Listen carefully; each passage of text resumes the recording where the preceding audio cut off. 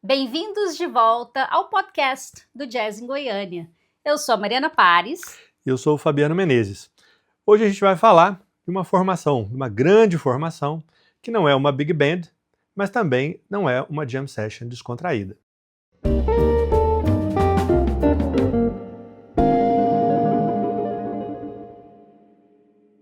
Exatamente. Hoje nós vamos falar sobre bandas em grandes formações. 12, 15, 20 integrantes no palco. E um desses exemplos é o Snark Pup. Aliás, nós temos um recado muito especial de um dos integrantes que a gente vai tocar já já aqui no nosso episódio.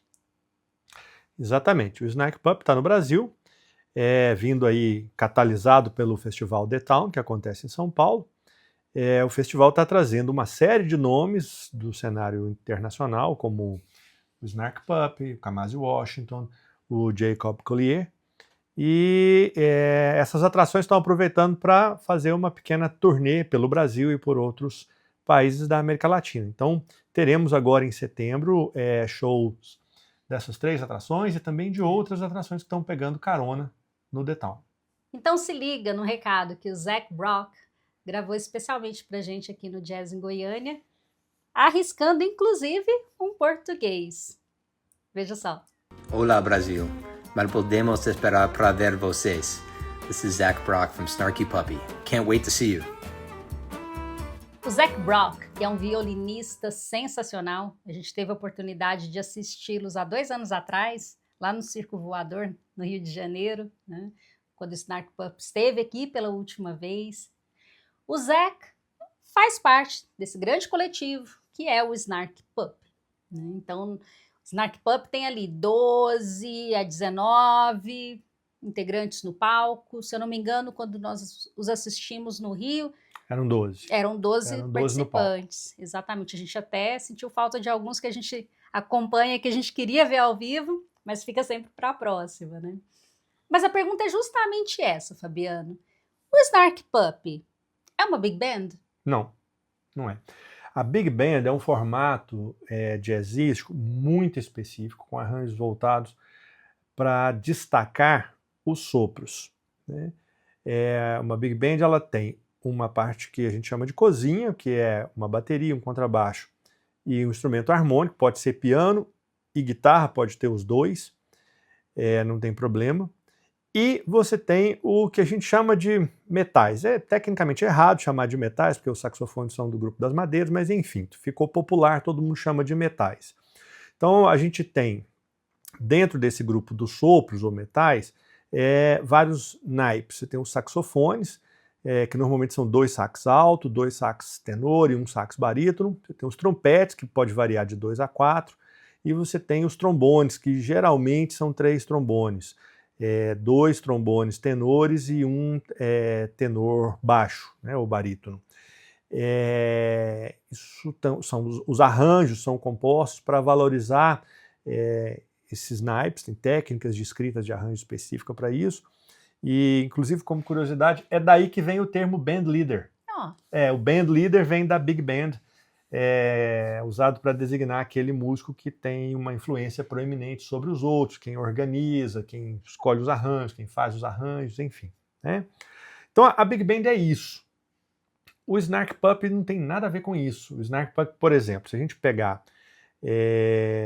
o disco, o Empire Central, que é um disco do Snark Pup de 2022, que a gente depois pode até deixar como indicação aqui do episódio, o Empire Central tem 19 músicos. Mas olha a formação, tem três percussionistas, 3 bateristas, 3 guitarristas, 4 tecladistas e uma variedade, se não me engano, são 2 saxofonistas, 3 trompetistas, tem o Zach, que toca violino. E tem alguns tecladistas que se alternam ali também, né? Eles trocam de instrumento, mas todos eles tocam em todas as faixas. Exato. Os 19 músicos tocam o tempo todo. Os 3 bateristas tocam ao mesmo tempo. Os 3 percussionistas tocam ao mesmo tempo. A gente tem outros exemplos. Por exemplo, no Brasil a gente tem o Cilibrina, que, se não me engano, tem 7 integrantes. faz um trabalho de certa forma parecido, mas que reforça muito a questão dos ritmos brasileiros. Um outro exemplo que eu posso dar é um exemplo do qual eu participei, que foi o grupo AI agora no esquenta do Saga Jazz Festival em Pirenópolis. Que foi sensacional. Eram 10 músicos, eu participei como convidado em 3 músicas. Em dado momento, nós éramos 13 músicos no palco, tinham 2 baterias, 2 contrabaixos, 4 guitarras, 3 guitarras, 4 guitarras, chegava a 4 guitarras, 2 contrabaixos, 2 percussionistas e um tecladista e um saxofonista. Uma particularidade é que o AI tinha 2 contrabaixistas tocando, o que é muito raro, porque é muito fácil de dar uma confusão sonora com 2 contrabaixos. É fácil dar jazz. É fácil dar jazz. O próprio Snark Puppy, que chega a ter 19 pessoas e tem 3 bateristas, sempre só tem um contrabaixista. E por falar no contrabaixista do Snark Puppy, né, você mencionou sobre o band leader lá das big bands. Mas o Michael League é também um band leader, não é? Sim, ele é o band leader. Ele é, primeiro porque ele é o organizador, né, ao redor dele que as pessoas se juntaram para formar o Snark Puppy. Ele que era o principal organizador dos arranjos no início do Snark Puppy. Hoje vários outros músicos participam e contribuem, mas no início era ele que organizava os arranjos. Então acaba sendo aquela pessoa para quem todo mundo olha na hora de tomar uma decisão. No AI, por exemplo, o band leader é o Fred Valley. É ao redor dele que a gente se organiza para tocar. A minha percepção, né, ao assistir um show de uma banda numa grande formação, como foi o caso do Snark Puppy, como foi o caso do AI lá no Saga Jazz Festival, me parece que a diversão é muito maior, o groove fica mais definido, mais presente. Um show de um trio, um show de um quarteto, ele também preenche muito bem a cena, mas me parece, eu queria que você falasse um pouco mais, não só desse lugar do músico que está lá, participa e curte esse outro lado, mas também do lado do espectador, né, de quem assiste esses shows. A impressão que eu tenho é que no final das contas, o que cresce, o que faz esse som ficar mais cheio, mais corpudo, é justamente esse grande encontro de tantos músicos com tantas influências diferentes e a vibe que isso traz para o palco. É por aí? Olha, eu acho que, primeiro, é um nível de entusiasmo e adrenalina grande, porque, ao contrário de um trio, um duo, um quarteto, onde a gente tem muito espaço para tocar, claro, sempre pode dar errado, né? Mas sempre também pode dar certo. Numa grande formação, é muito fácil dar errado por querer tocar demais. Tem até uma frase do Quincy Jones, quando ele estava produzindo o We Are The World, que perguntavam para ele, porque, nem me lembro, mas eram inúmeros cantores, provavelmente mais de 20 cantores, todos superstars. A gente até assistiu, né, esse documentário recentemente. Perguntaram para ele como fazer aquilo dar certo. Ele disse, olha, do lado de fora do estúdio tem que deixar um cabide onde as pessoas penduram o ego e deixam o ego do lado de fora para entrar para cantar. Nessas grandes formações, é assim também. Eu até brinquei com isso lá em Pirenópolis, porque quanto mais gente tocando, menos espaço tem para cada um tocar. Então a gente tem que se contentar em tocar pouco. E como tocar pouco e fazer a diferença? E contribuir de uma forma que vai somar com o som, né? Exatamente. Então, eu acho que a satisfação é grande em ver esse tipo de coisa funcionando. Eu acho que a gente está falando de um tipo de formação que é um tipo que vive no limite da exceção. A gente tem grandes arranjos para big band, tem grandes arranjos para orquestra, grandes arranjos para formações específicas, para naipes de metais, etc. Mas esses grupos têm linguagens próprias. O Snark Puppy tem uma formação própria, com uma linguagem própria de execução. O Celebrina tem uma linguagem própria, assim como o AI desenvolveu um jeito próprio de fazer os seus arranjos. Então, isso é muito individual nessas formações. Não tem uma regra que valha para essas grandes formações. Cada uma é uma e vai funcionar do seu jeito. Uma coisa que é comum é o respeito ao que o outro está tocando. O Michael League fala que ele tem a regra de ouro que ele tem, que é o seguinte, sempre tem uma grande margem para improvisação na execução. Mas ele diz, olha, se o outro tiver que mudar o que ele está tocando para o que eu quero tocar, para que o que eu quero tocar, né? Se a gente está partindo do ponto de vista que ele está pensando na possibilidade de fazer uma mudança, de fazer uma sugestão. Ele quer sugerir algo.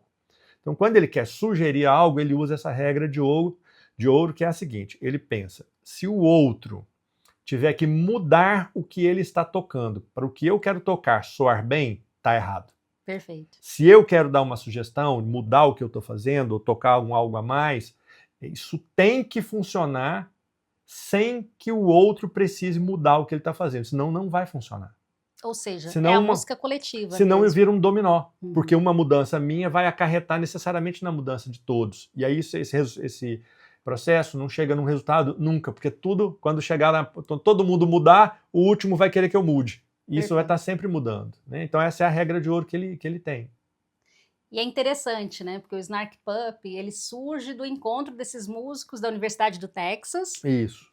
E já vem com essa ideia de coletivo. É muito interessante que eles, quando eu penso na vibe, né? Alguns deles que já moraram aqui pelo Brasil. Vários, né? Já moraram por aqui. Que é casado com uma brasileira, né? E o Zac também, quando eu entrei em contato com ele pelo Instagram, a gente já se seguia desde o show lá no Circo Voador. Ele foi muito querido, né? Muito aberto, muito solícito. Eu acho que isso conversa um pouco com o que você falou de deixar o ego na porta. Me parece que eles levam isso também para a vida, né? E isso aparece no palco, as pessoas se conectam com eles.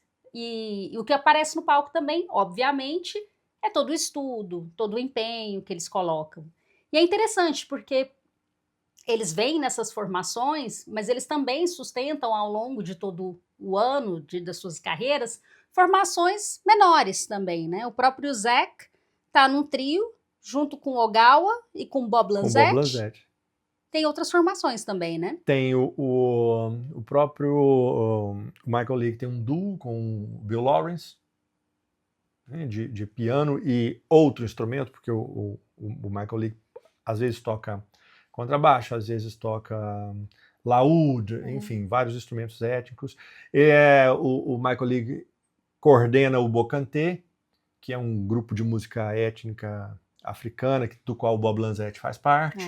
Então, eles vão se aproveitando em várias subformações, e eu penso que isso deve ser um caos do ponto de vista logístico e financeiro, assim, para fazer isso funcionar, porque organizar a agenda de todo mundo é uma coisa assim que, embora eu observe e fique muito admirado do ponto de vista musical, eu não consigo deixar de pensar nesse outro lado, sabe?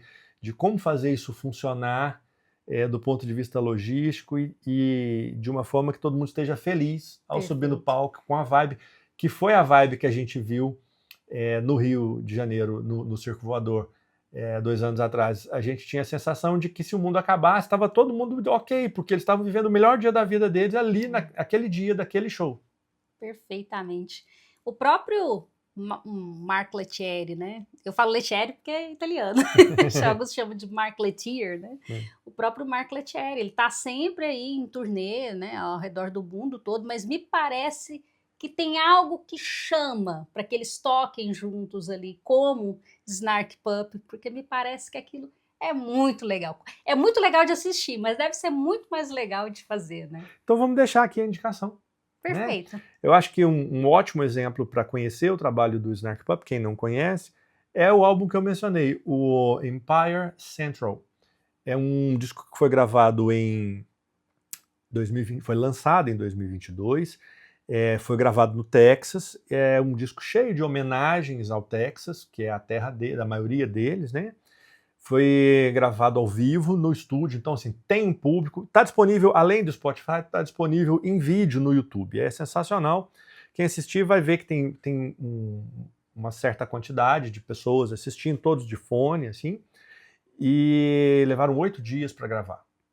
Né? São 19 músicos, aquela formação que eu já disse, é uma pena, 2 dos tecladistas já faleceram. O Empire Central foi o último registro de 2 dos tecladistas. Um deles faleceu de acidente de carro 2 meses depois, e o outro ficou doente, não me lembro muito bem qual foi a doença, mas faleceu 2 anos depois. Mas é um descasso, um disco muito bom, com muita referência, inclusive à música brasileira. 19 pessoas tocando, e é legal demais poder ouvir num som bacana, poder ouvir numa sala com uma acústica boa, com tempo para prestar atenção e tentar ir identificando assim, as várias frases que vão sendo tocadas. Né? Recomendo muito. Empire Central tem no Spotify, tem em todas as plataformas e tem também em vídeo no YouTube. Fica aí a recomendação. E fica a recomendação para procurar o Francisco lá na Audio Life, para você montar aí um sistema de som de alta definição para ouvir isso da melhor maneira possível, né? Exatamente. Então é isso, a gente fica por aqui por hoje. Te convida já para participar do próximo episódio e comentar, venha comentar se você conhece outras grandes formações. Obviamente tem muita coisa bacana por aí.